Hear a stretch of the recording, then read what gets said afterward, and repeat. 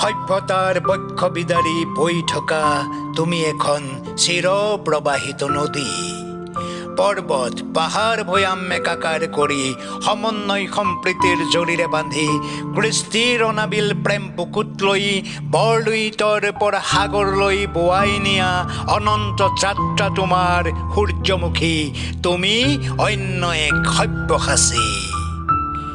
সুৰৰ দেউলৰ ৰূপৰ শিকলি ছিঙি আইৰ পূজাৰ বেদী শোভা বৰ্ধন কৰা জ্ঞান মন্দিৰৰ তুমি চিৰনমস্য পূজাৰী। হালোৱা সজোৱা বনোৱা মজদুৰ নজোৱানৰ তুমিয়েই পথদ্ৰষ্টা মহানায়ক।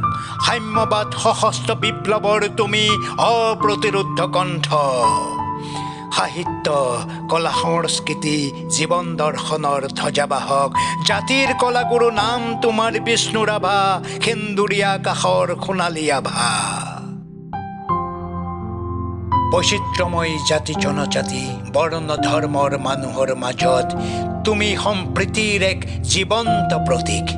কৃষ্টি সংস্কৃতিৰ বাবেই জীৱন উৎসৰ্গিত কৰি সমাজলৈ নৱবহাগ আনিব খোজা, চিৰন্তন চেতনাৰ উন্মেষ ঘটাব খোজা তুমি যেন এক প্ৰচণ্ড ধুমুহা।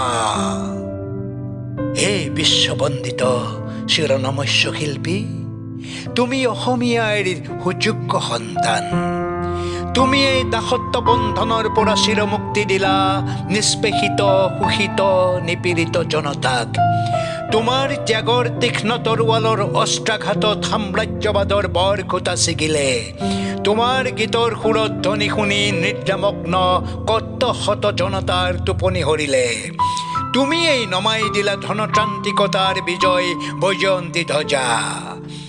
ইতিহাসৰ সোণোৱালী পৃষ্ঠা মহিমামণ্ডিত কৰি পাতিলা সাহিত্য অভিনয় কলা সাধনা নৃত্য গীত গৰিমাৰে জগত সভা। তুমি এই কালজয়ী মহান পুৰুষ যুগদ্ৰষ্টা বিষ্ণুপ্ৰসাদ ৰাভা।